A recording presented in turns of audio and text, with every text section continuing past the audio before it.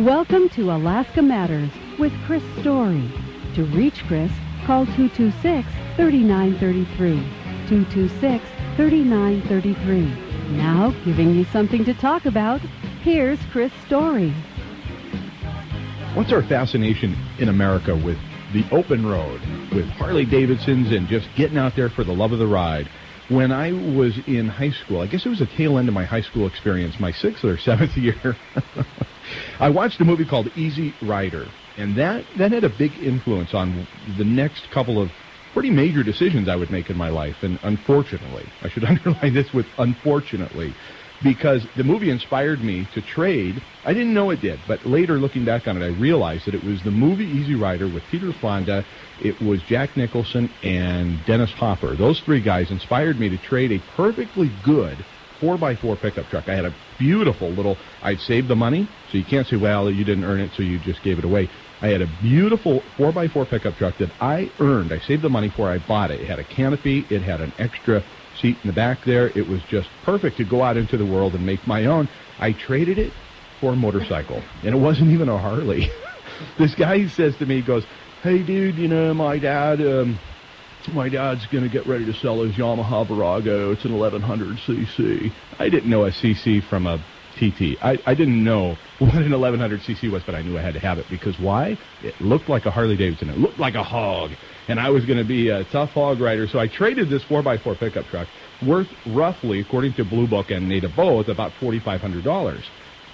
The motorcycle, as I was pointed out to me later by my folks, was worth $2,200 without any miles on it at that point, without the amount of miles that I had. Anyway, I ended up enjoying the bike for about a year.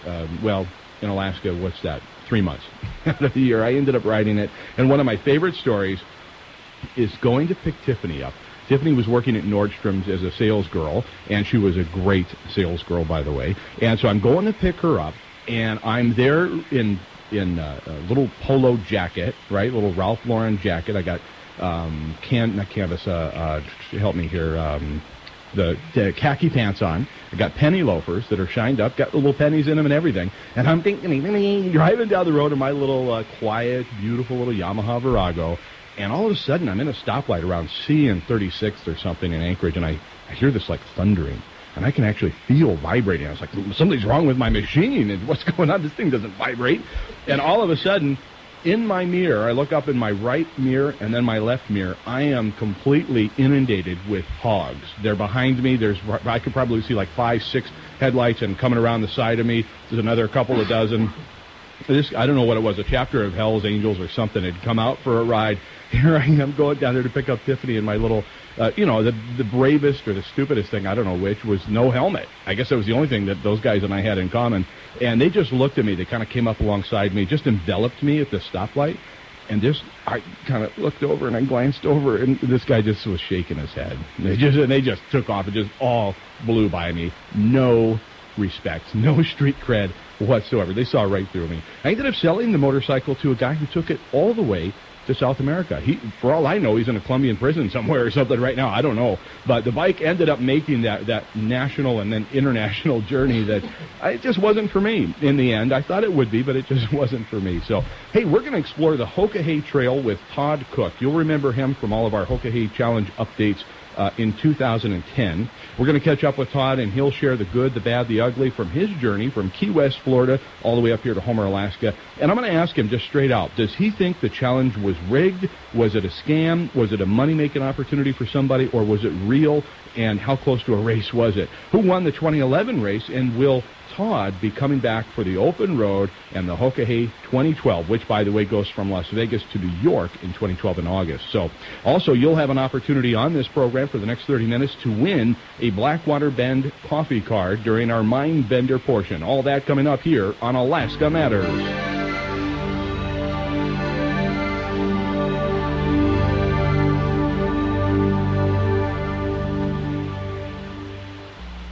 Snowbound?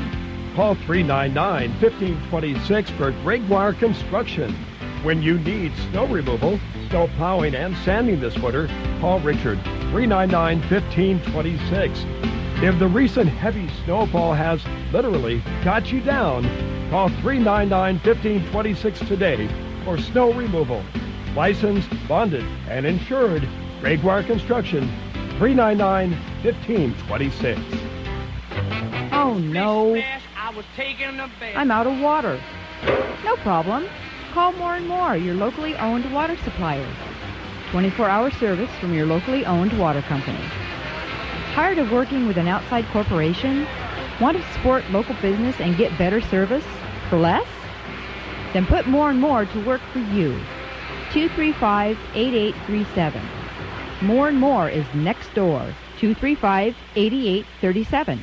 Alaska Matters is brought to you in part by Blackwater Bend, keeping Alaska awake and perky for over 10 years. On the Sterling Highway halfway between Homer and Anchor Point, your year-round headquarters for expertly crafted coffee and tasty treats. Make Blackwater Bend your coffee shop. Hey, what's your name? My name is Bobby Triplett. I am a barista here at the Blackwater Bend.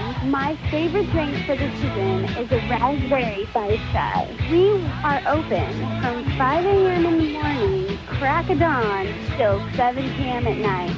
Panoramic Heights, spectacular ocean and mountain views, including volcanoes and incredible sunsets. Live outside of town, but less than 10 minutes from Homer. Affordable land for your dream home. These lots are priced to sell. Owners will finance, and so will First National Bank Alaska. Call Deborah at Bay Realty at 235-6183 for more information today. 235-6183, and enjoy the privacy and quiet life this wonderful subdivision offers. Or how about 52 acres next door? Celebrate nature. Set amid the rolling hills, peace and privacy can be yours on this 52-acre estate. Live well on this beautiful parcel. Moose, bear, and other wildlife are here to greet you. Come home to a secluded estate, away from the world, but within driving distance to everything. Urban farmers and ranchers will find this a true delight. Call Deborah Lysick at Bay Realty at 235-6183. When you need results, Bay Realty works.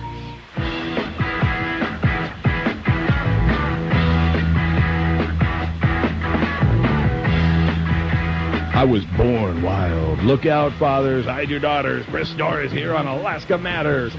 Can't see with a straight face. Oh, I'm not tough. I'm just not tough. You know, I mean, this is essentially what those guys did when they rolled up alongside me. This is what they said.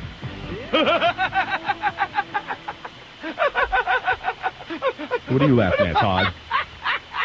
All right, this is your opportunity to win a Blackwater Bend coffee card. This is our mind bender. Todd Cook actually running the Hoka Hey of 2010, the I guess you'd call it the debut of what now is led up to the third Hoka Hey running this coming August. And he was sponsored by Blackwater Bend, as a matter of fact. And Blackwater Bend, Pat and all the girls out there hung up a banner to welcome the Hoka Hey riders. Remember that? And that was really cool that people got involved. A lot of the townspeople and business folks got involved, and I thought that was pretty awesome. So for your high-octane coffee to keep you on the road, Blackwater Bend, plus, man, they've got the best road food. I'm talking about really good food and sweet treats. Just treat yourself to Blackwater Bend. You can call Story Real Estate right now. Just dial and smile, 226-3933. Tell Tiffany what you think the name of the movie clip is. 226-3933, 226-3933. Name this movie. I don't know the joke. The joke is suburbans who buy leather outfits who think they're bikers. Hey, we have a right to be You don't have any right. Shut up. I knew you the minute I laid eyes on you. Look at the four of you. You don't know us. You don't think I know you? Good. You're probably a podiatrist or ear, nose, and throat specialist. Wish. Orthodontist. Oh, close enough. And you, Bobby, guaranteed you're a henpeck, right? Your wife wears the pants. You know my wife? And you anal retentive wimp. Wow, you're good. 226-3933. Name that movie, and you're going to Blackwater Bend for free. You got to listen to the whole program because we're going to announce your name before the end of the show. 226-3933, 226-3933. Just simply call up and tell Tiffany what the name of that movie was. And it's a lot of fun. I'll tell you, that was Tim Allen, Martin Lawrence, William H. Macy, John Travolta's in it, and Ray Liotta. That was a great, great movie. 226-3933. Welcome, please, Todd Cook, Hoka Hey rider. Todd's just an all-around rider, actually. He's known as Bulldog. So, Bulldog, what is America's connection to the open road and motorcycles? Can you explain it to me? It's freedom. You know, that Wild West thing, and Mm-hmm. like the old mountain men, and, you know, heading west, and No restraints, just freedom. yeah. I mean, if you had to sum it up on a bumper sticker, what does riding mean to you? That's what most people, I think, that I deal, you know, run into and talk to. It's the freedom. You can go where you want to, when you want to. But you can do that in a car, too, so what's the difference? Yeah, but you're out in the elements, and you know, there's a certain, you know, machismo to it, I guess. And I think it ties back to our Old West roots, or, you know, or wanting to be free, explore, open country. I mean, it's as close as riding a horse with a lot of power as many of us will get. Yeah, I'm sure. I've never been on a snow machine, but I'm sure. You haven't? No. Oh, see, I thought as a motorcycle rider, you would have just transitioned right into I can only afford one hobby right now. But I mean, I'd love to do. I'm sure it's the same. You know, they get out there and there's bombing across the tundra and wind in your hair and get your knees in the breeze.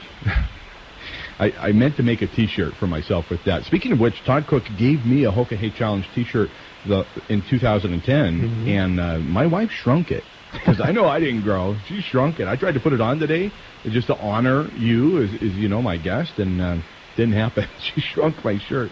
Is it hers now?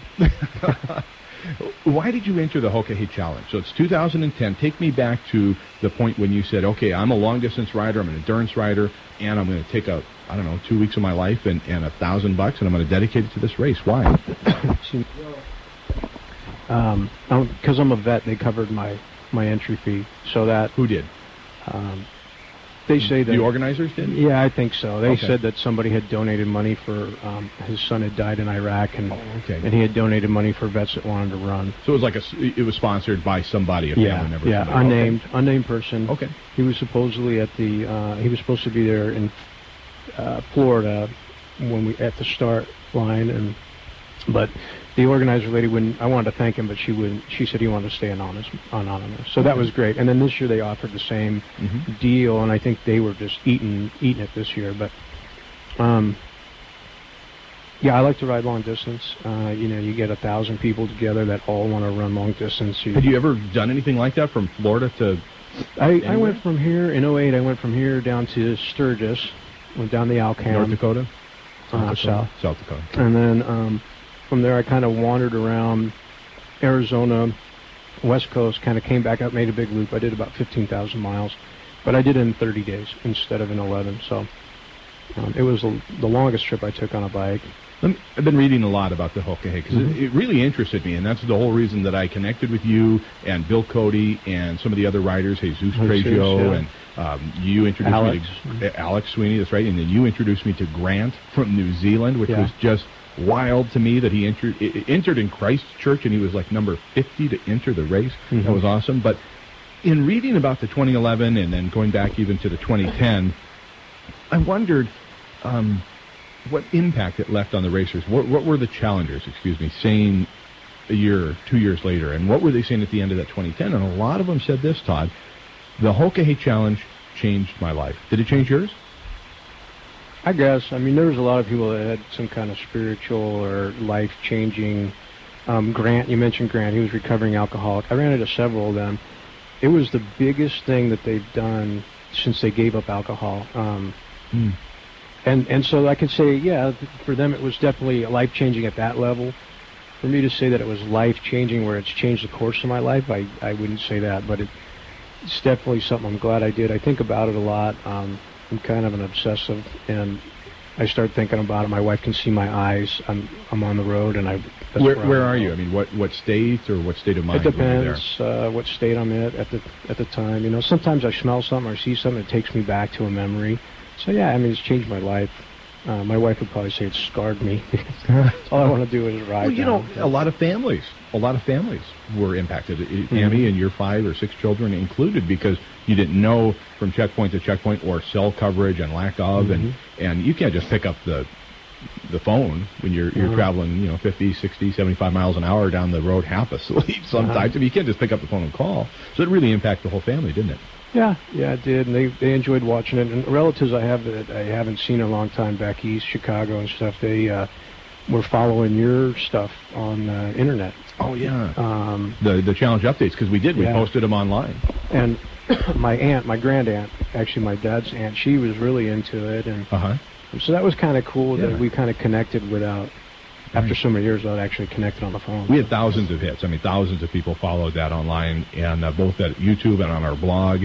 And we weren't in the Facebook at the time, where we would have posted some of that there, but that was really a neat experience. I would say yes, it changed my life, because I was down here, not that you asked, but I was down here at midnight one night, and I ended up, I'm going to interview Jesus at midnight for, 10, 15 minutes for the next morning's broadcast. And what I ended up doing was talking to Jesus for 2.5 hours. He was in the middle of the corridor that he had no real idea of where he was. He knew the general direction in which he was going. In sort of a box canyon, lightning was happening around him. Wasn't quite sure if it was even safe to be riding at the moment, but where do you go?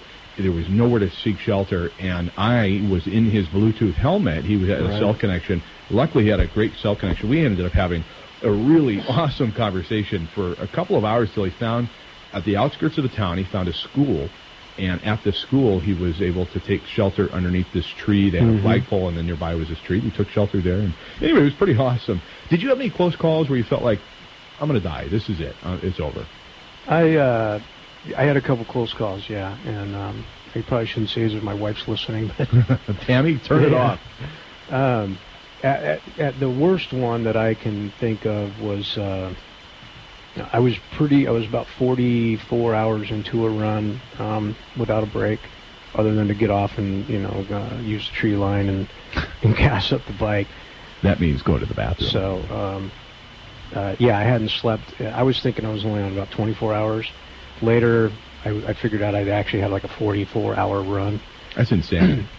Just towards the end of it, I started, I was having trouble keeping my bike in my lane. I was in just outside Taos, New Mexico, winding down through the mountains.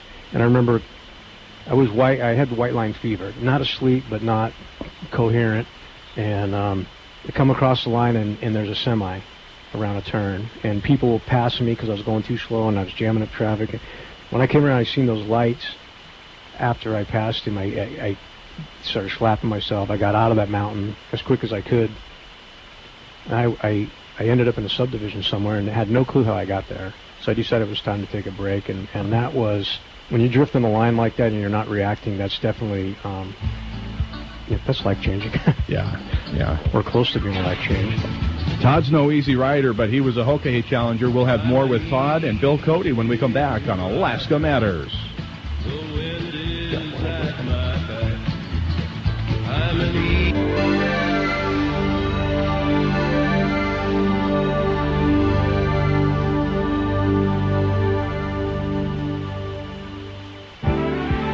Hi folks, Jackie Ray here for the Caribou Family Restaurant. The Caribou Family Restaurant wants you to remember how happy you were Thanksgiving, past Christmas Eve, Christmas Day, New Year's Eve, and New Year's Day, Valentine's Day, how happy you were with the service, how happy you were with the highest quantity of food, more than you can eat every day at the Caribou Family Restaurant, how happy you were with the quality of food, how happy you were with the prices for breakfast, lunch, and dinner. In fact, the Caribou Family Restaurant wants you to remember each and every time you hear or see the word happy, how happy you were with sumptuous prime rib on Friday and Saturday nights, breakfast any time of the day or night.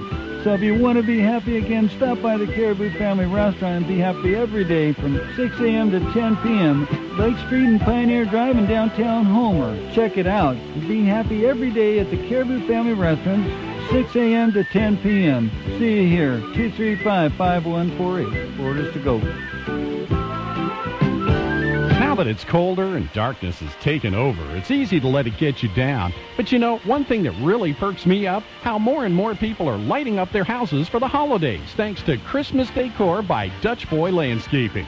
Dutch Boy makes turning your home or business into a cheery piece of the winter puzzle, minus the hassle of having to find a good spot to base a ladder on ice, battle the elements, or scale that roof. It makes a lot of sense to rely on expert decorators trained in safety and proper installation methods. Christmas Decor offers customized lighting displays displays, garlands, wreaths, and bows. They can design the display, install it, maintain it. They even take down and clean up when the season's over. So if you've been dreading hauling out boxes and boxes of holiday decorations and the threat to life and limb it entails, maybe it's your year to leave it to Christmas Decor by Dutch Boy Landscaping. Find out more about brightening up your place with professional holiday decorating. Contact Danny at 235-7140. 235-7140. Christmas Decor by Dutch Boy. Call now.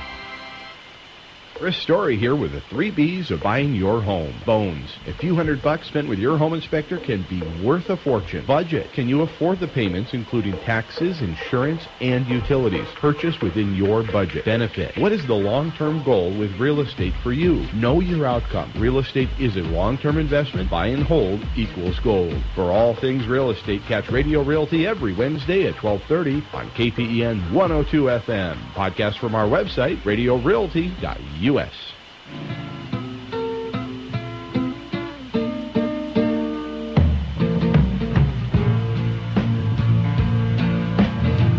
pulled into Nazareth, wasn't feeling about half past dead. I just need some place where I can lay my head. Hey, Mr. Might not have been Nazareth, but Todd Cook went just about everywhere else. Man, what a trip. The Hoka Hey Challenge 2010. Todd Cook, Bill Cody, Jesus Tragio, Alex Sweeney, another guy from Homer that dropped out, so I didn't pay attention to who he was. All the way from Key West, Florida to Homer, Alaska.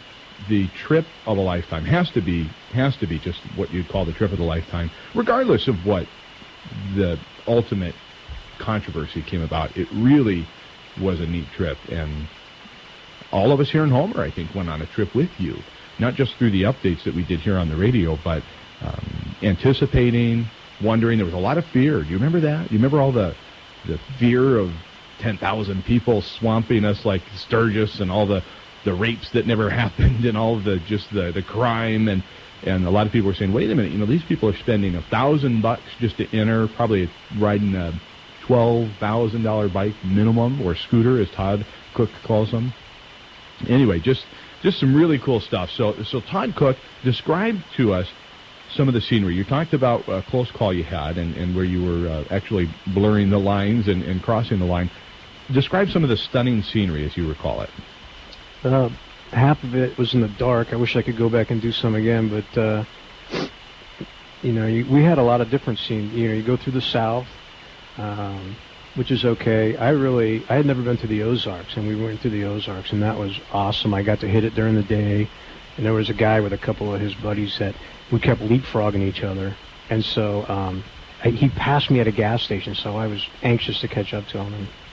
And as I started around, a law enforcement agent decided I didn't want to continue passing, so I backed up, and he looked at me and started laughing, and then he finally turned off, and Jeff had seen me trying to catch him, and he had got around this guy somehow. And right. So he put some miles between us. But wait a minute. You're supposed to be going the speed limit the whole time. That was one of the rules, right? Well, it wasn't posted right there. I wasn't sure what it was exactly. You were confused? You were confused? Well, let's find out if Bill Cody ever got confused. Bill Cody, otherwise known as Split Shot. Welcome to Alaska Matters. Bill, how are you? Doing pretty good. We're chatting with Todd Cook, who is otherwise known as Bulldog. Remember the time you were talking to me for one of the updates, and you were saying that you had this encounter with everyone from like Skeleton, Switchblade, all these cool guys out of these biker names, and you wanted to be called Split Shot. Remember that? Right. Yeah, they were. I kept hearing them at the fuel stations and stuff. And right. I figured, it seems like I need some kind of name. So yeah, Bulldog. We got Bulldog here with us. Well, Bill, was there ever a time that you felt like, okay, this is it, I'm done, I'm toast, I'm not going to be able to pull out of this situation on the Hoka Hey Trail? Let's see. As far as I knew I was going to make it to Homer because I was basically coming home. But I guess after a while I figured I wasn't going to be a winner, but I still kept pushing along, if that's what you mean. Did that change the way, either of you, Todd, did that change the way, knowing that you were not in the money, did that change the way you approached the challenge from then on? No. You didn't just beeline back to Alaska and say, well, forget it. If I'm not going to get the money, then what's the point? No, I was riding with a guy who wanted to do that, and I said, you know what, I came down here to ride the race. I want to run the route. Mm-hmm. I'm going to stay within the letter of the law as much as possible. You know, you're going to go over the speed limit periodically, especially when you're dozing. But I'm not running 100 miles an hour. And do you think that's what Will Barkley had to do to win in the amount of time he did when he got to Homer, Alaska? Do you think that he must have been either trailering his bike or doing like 110? There's a guy in Anchorage that I think he was the oldest guy in the race, and he still today, I see him at rallies and runs, and he claims that he saw Barkley's bike on a trailer. Bill, did you ever go over the speed limit to a point where you felt like you were just pushing the edge of the envelope? Most of the time I was over the speed limit by 5. Oh, okay. Yeah. 5 to 10, almost sure. On cruise control. I'd set it just a little bit over. That's incredible. Your Harley Davidson has cruise control. That is just that's wild. That's wild. Well, Bill, did you give any thought to running the 2011 Hoka Hey from, where was it? Started in Phoenix, Arizona, and went off to Canada somewhere. Nova Scotia. Nova Scotia. Did you think about entering that, Bill? I kicked it around a little bit with my friend that you may remember. And, from Florida, the property flipper, yeah. His place, he had a place in Maine, his folks. I said, well, we could do that. But, obviously we didn't do it, and he called me about this one, and I kind of wishy-washied about it also. Mm-hmm. I still have my Hoka Hey tire on my bike. Do you really? You haven't changed tires after what? How many miles was it? 10,000 or? I've got about 11,500 on the bike. I bought the bike brand new for that, and I haven't really used it that much. The problem is I have a boat too, and it's all kind of fun to use a boat in the summer. So I have conflicting equipment, conflicting toys. Todd, you mentioned that Barkley's bike was seen possibly on a trailer. Yeah. A lot of people believed then and still now that the ride or the challenge was not fair. In other words, that it was rigged, that Barkley was in on this and it was a scam and that the $500,000 didn't really exist. Mm-hmm. Perhaps he got a piece of it. What do you think? I think that he's probably in cahoots with Two Tongues Jimmy and Two Tongues Jimmy, otherwise known as Big Jim. Jim Longhorn? Big Red Cloud Red is what he Cloud. calls himself. Right. And there's people on the res that claim that he's not even related to Red Cloud, but that's a whole other deal. But Barkley's got a story online. You can read it if you go to Hoka Hey, about his experience. He started late. Mm-hmm. For him to catch up and pass everybody, you heard Bill say he was 5 to 10 over. I was 5 to 10 over most of the time. Right. When I called you, I was with the Bama Wild Boys. Yeah. Those guys were speed demons. We were 80, 90 miles an hour for 3 hours. Do you guys realize that Barkley won the 2011 as well? Exactly, and that to me is confirmation. Except, Bill, did you know that? When I heard about it, I was wondering how that could be. Okay, well then, a little more research shows you that actually then he was ejected. Oh, I didn't know that. 2011, the top 11, this is weird. This just adds to the mystic aura of this whole challenge, is that the top 11 riders from 2011 were all disqualified. And they brought them to Arizona, to Mesa, Arizona, and they thought they were coming to collect their money and win, and that's when Red Cloud told them that, Chief and Big Smoke, you're out. You did something wrong, and it had to do with the fact that they did chip them and they used GPS this year. Yeah, well, it's interesting, and this is why I think that they were in cahoots together, because they did chip them this year. Mm-hmm. It cost $60 if you wanted to buy or rent the little GPS tracker. My wife was tracking a couple of the guys I know, the guy up in Kenai at the shop there. I came in one day, he said, hey, my wife said, hey, the GPS is down. They couldn't track for 2 or 3 days. Comes back on. I go in the shop up there, the first thing, because I was asking them to sponsor me. Cy goes, hey, guess who's in the lead by 300 miles? And I thought it was pretty suspicious that he shows up in the lead after 300 miles. Well, listen, you said you're a vet. Bill, you're a veteran as well, weren't you? Or aren't you? Yes, I am. So, okay, let me just ask you guys this then. We had an experience where, as part of the Hoka Hey Challenge updates, we went out and did a radio broadcast, a national radio broadcast at the Kevin Bell Ice Arena. And so I got to meet, Beth Red Cloud, or whatever, Belle Durham is her name, and some of the other organizers, and Annie Malloy that I'd spoken to on the phone quite a bit during this whole process. And I said, and so did the national radio host, asked how many people are still out there yet to come into Homer. And the answer from the collective organizers was, we're not willing to compromise the safety of our veterans that are still out there. What are you talking about? Did you guys feel compromised as veterans if I knew you hadn't got to Homer yet? Yeah, those people are loot, man. I didn't get it. Bill, what do you think? Is it just crazy? Yeah, it is. Well, you was asking about what I on the race. When I changed the way I thought about it is when I went to Red Cloud's place. That changed my whole idea of what we were doing. But I was still all into it. But now I was more interested in seeing how I did with the Alaska guys. Yeah. It was a race against yourself. A lot of people said that. Well, we were really, in the end, I was racing myself, not for the $500,000 that may or may not have existed. And one thing, too, that I thought was really interesting is Annie Malloy called me and said, in tears, and she called me and said, Chris, there's nobody at the winner's circle to meet these people. Can you go out there? And so, I coordinated with Chamber of Commerce. We got a few people out there to greet a couple of the winners. And then later on one of the updates, I posted, hey, if you guys want to get involved, go out and meet the winners. And then she called me and chastised me and said, don't. I've got veterans crossing this line. You don't get anybody out here. Like, oh, there we go again with that. What does that have to do with it? I have no idea. Wild Bill Splitshot Cody, thank you for being on the program. Okay, well, thanks for letting me show up. Absolutely. Todd Cook, a Bulldog, who's now a member and made me a, what did you call me? I'm a member of the Black Sheik? Be a support member. There it is. All right. Hey, anybody who wants to go back and listen to all those updates, we've got about 8 of them on our website, radiorealty.us, and just click onto the blah, blah, blog. Thank you, Dave Webb, for engineering the greatest show on earth. Thank you, Tiffany. And Vicky's our winner.